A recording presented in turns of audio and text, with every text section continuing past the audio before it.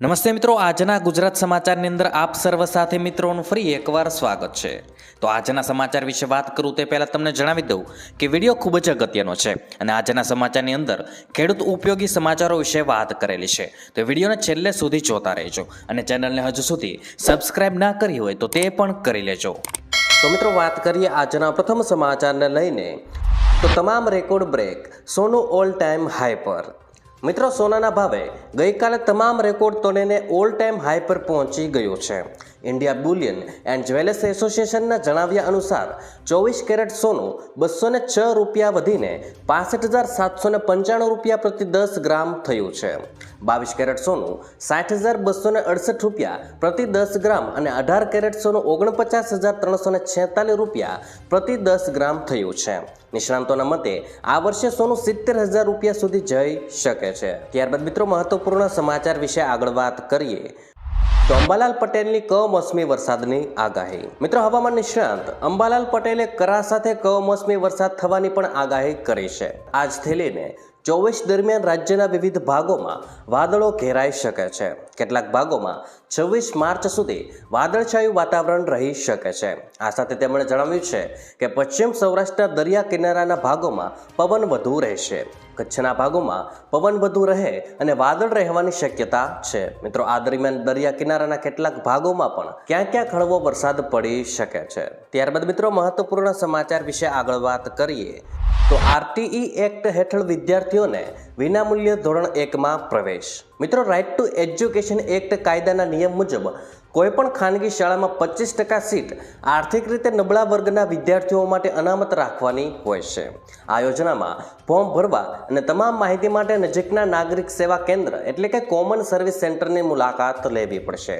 તારીખ 14/3/2024 થી 27/3/2024 સુધી ફોર્મ ભરી શકાશે.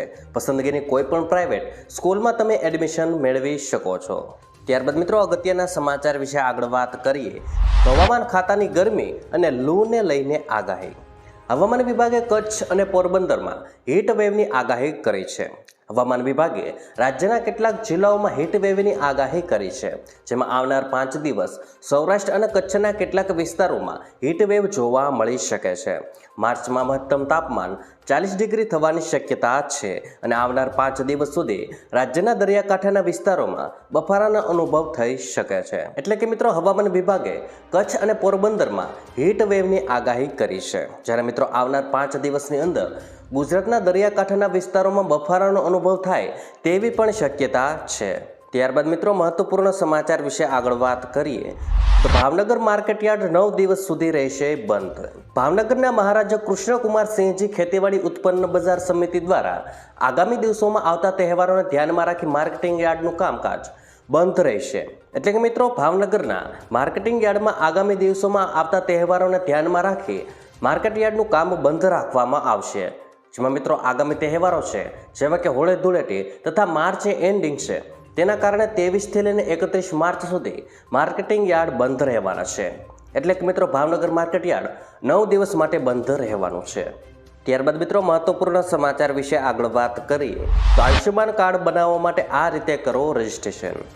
મિત્રો, સૌથી પહેલાં આયુષ્યમાન ભારત હેલ્થ એકાઉન્ટ બનાવવા અહીં દર્શાવેલી વેબસાઇટ તમારે ઓપન કરવી પડશે.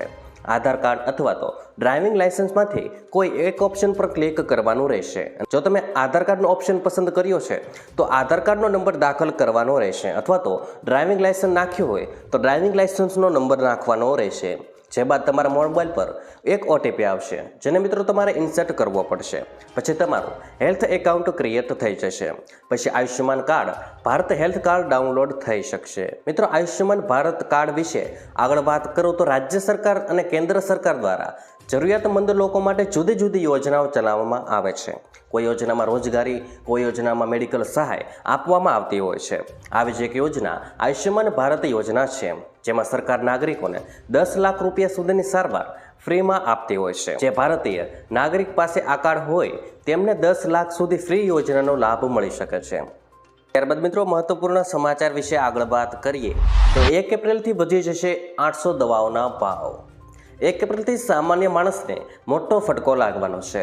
1 એપ્રિલથી 800 દવાઓના ભાવમાં વધારો થશે. તેમાં પેનકિલર્સ, એન્ટીબાયોટિક્સ અને એન્ટી ઇન્ફેક્શન દવાઓનો સમાવેશ થાય છે. આ પહેલા વર્ષ 2022માં દવાઓની કિંમતમાં 10થી 12% વધારો થયો હતો. હવે સરકારે જથ્થાબંધ ભાવ સૂચકાંકમાં ફેરફાર કર્યો છે. ફાર્માસ્યુટિકલ કંપનીઓનું કહેવું છે કે દવાઓની ઉત્પાદન કિંમત સતત વધી રહી છે. આવી સ્થિતિમાં ભાવ વધારાથી થોડી રાહત મળશે. એટલે કે મિત્રો 1 તારીખથી તમારે પેનકિલર્સ, એન્ટીબાયોટિક્સ અને એન્ટી ઇન્ફેક્શન દવાઓ માટે વધારે ભાવ ચૂકવવો પડશે. આ પહેલાં મિત્રો 2022માં દવાઓની કિંમતમાં 10થી 12%નો વધારો કરાયો હતો. અને મિત્રો હવે 1 એપ્રિલથી 800 દવાઓનો ભાવ વધવા જઈ રહ્યા છે. ત્યાર પછી મિત્રો આગળ વાત કરીએ. હવે ગુજરાતના લોકોએ સાવધાન રહેવાની જરૂર છે, કારણ કે આગામી 5 દિવસ રાજ્યના આ વિસ્તારોમાં ભારે હીટ વેવની આગાહી કરવામાં આવે છે. મિત્રો વિસ્તૃત રીતે માહિતી મેળવીએ તો રાજ્યમાં પહેલું હીટવેવ એટલે કે 2024નું પહેલું હીટવેવ સૌરાષ્ટ્ર, કચ્છ અને પોરબંદરમાં નોંધાયું છે. હવામાન વિભાગે કરેલી આગાહી મુજબ વિસ્તારોમાં 37 ડિગ્રીથી વધુ તાપમાન જોવા મળ્યું હતું. હવામાન વિભાગના અનુમાન મુજબ આગામી 5 દિવસ સૂકું વાતાવરણની સાથે સાથે સૌરાષ્ટ્ર અને કચ્છમાં ગરમીનું પ્રમાણ વધશે. કોસ્ટલ એરિયામાં ઉત્તર પશ્ચિમ પવનો આવતા વાતાવરણ બદલાયું અને હાલ સૌથી વધુ તાપમાન રાજકોટમાં 39.3, ભુજમાં 39.1 અને સુરેન્દ્રનગરમાં 38.8 અને પોરબંદરમાં 37.3, કેશોદમાં 38 અને અમદાવાદમાં 37.4 ડિગ્રી તાપમાન નોંધાયું હતું. હજી પણ કોસ્ટલ એરિયામાં 5 દિવસ તાપમાનનો પારો વધશે. મિત્રો રાજ્યમાં ઉનાળા સિઝનનું પહેલું હીટવેવ નોંધાઈ ગયું છે. હવામાન વિભાગે રાજ્યમાં હીટવેવની આગાહી કરી હતી. જે આગાહી મુજબ આજે કચ્છ અને સૌરાષ્ટ્રમાં પોરબંદર હીટવેવ નોંધાયું છે. ગીર સોમનાથમાં પણ હીટવેવની આગાહી કરવામાં આવી છે. અને હવામાન વિભાગે આગાહી કરી છે કે આગામી 5 દિવસ રાજ્યમાં વાતાવરણ સૂકું રહેશે. તેમજ 2 દિવસ કચ્છ અને સૌરાષ્ટ્રમાં, પોરબંદર અને ગીર સોમનાથમાં હીટવેવ રહેશે. ત્યાર પછી મિત્રો આગળ વાત કરીએ તો આ વખતે ચૂંટણી પંચે વોટર્સ અને કેન્ડિડેટ્સથી લઈને ચૂંટણી આચાર સંહિતામાં જનભાગીદારી સુનિશ્ચિત કરવા માટે ઘણી એપ લોન્ચ કરી છે. જો તમે મતદાન કેન્દ્ર કે ઉમેદવાર વિશે જાણકારી નથી જાણતા તો એપથી સરળતાથી તેની જાણકારી મેળવી શકો છો. વોટર સરળતાથી ઘરે બેઠા જોઈ શકે છે કે વોટર લિસ્ટમાં તેનું નામ છે કે નહીં. મિત્રો એપ્લિકેશન તમારું કામ સરળ બનાવી દેશે. જેમાં મિત્રો પ્રથમ છે નો યોર કેન્ડિડેટ. તમારા ત્યાં ઉમેદવાર કોણ છે તેની જાણકારી માટે આ એપ મદદ કરી શકે છે, જેનું નામ મિત્રો છે નો યોર કેન્ડિડેટ એપ્લિકેશન. ચૂંટણી પંચની તરફથી આ એપ તૈયાર કરવામાં આવી છે. આ એપથી ખબર પડી જાય છે કે કઈ પાર્ટીથી કેવો ઉમેદવાર છે, તેમની સંપત્તિ કેટલી છે અને તેના પર કોઈ કેસ છે કે નહીં. પછી મિત્રો આગળ વાત કરીએ તો વોટર હેલ્પલાઇન એપ્લિકેશન. વોટરની મદદ કરવા માટે ચૂંટણી પંચે આ એપ તૈયાર કરી છે. અહીં તમને વોટર લિસ્ટથી લઈને પોલિંગ સ્ટેશન સુધીની જાણકારી મળશે. અહીં તમને વોટર લિસ્ટથી લઈને પોલીસ સ્ટેશન સુધીની જાણકારી મળશે. જો તમારું વોટર લિસ્ટમાં નામ નથી તો ફોર્મ નંબર 6 દ્વારા નામ જોડાવા માટે એપ્લાય પણ કરી શકો છો. ત્યારબાદ મિત્રો આગળ વાત કરીએ તો વોટર ટર્ન આઉટ. કાઉન્ટિંગ વખતે કોણ આગળ ચાલી રહ્યું છે અને કોણ પાછળ છે તેની જાણકારી માટે ચૂંટણી પંચે આ એપ બનાવી છે. અને આ એપથી તમે ઘરે બેઠા પરિણામની જાણકારી મળી જશે. ત્યારબાદ મિત્રો આગળ વાત કરીએ તો સુવિધા કેન્ડિડેટ. કોઈપણ પોલિટિકલ પાર્ટી અને કેન્ડિડેટ્સને કોઈ કાર્યક્રમની મંજૂરી લેવા માટે ચૂંટણી અધિકારીઓની પાસે જવાની જરૂર નથી. મિત્રો સુવિધા કેન્ડિડેટ એપ્લિકેશનની મદદથી તમે અરજી કરી શકો છો. અને મિત્રો ત્યારબાદ છેલ્લે છે સી વિઝલ એપ્લિકેશન. જો તમે જોઈ રહ્યા છો કે ક્યાંય આચારસંહિતાનો ભંગ થઈ રહ્યો છે તો તમે આ એપ પર સીધી પંચને ફરિયાદ કરી શકો છો.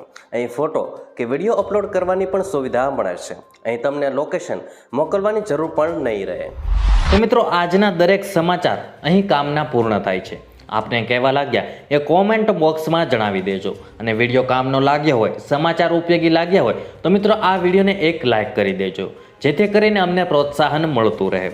અને દરરોજના ખેડૂતને લગતા, હવામાનને લગતા અને ગુજરાતમાં પળે પળના સમાચાર મેળવવા માટે ગુજરાતની આ ચેનલ તાતની વાતને સબસ્ક્રાઇબ કરી લેજો, જેથી કરીને ગુજરાતની દરેક અપડેટ્સ તમને મળતી રહે.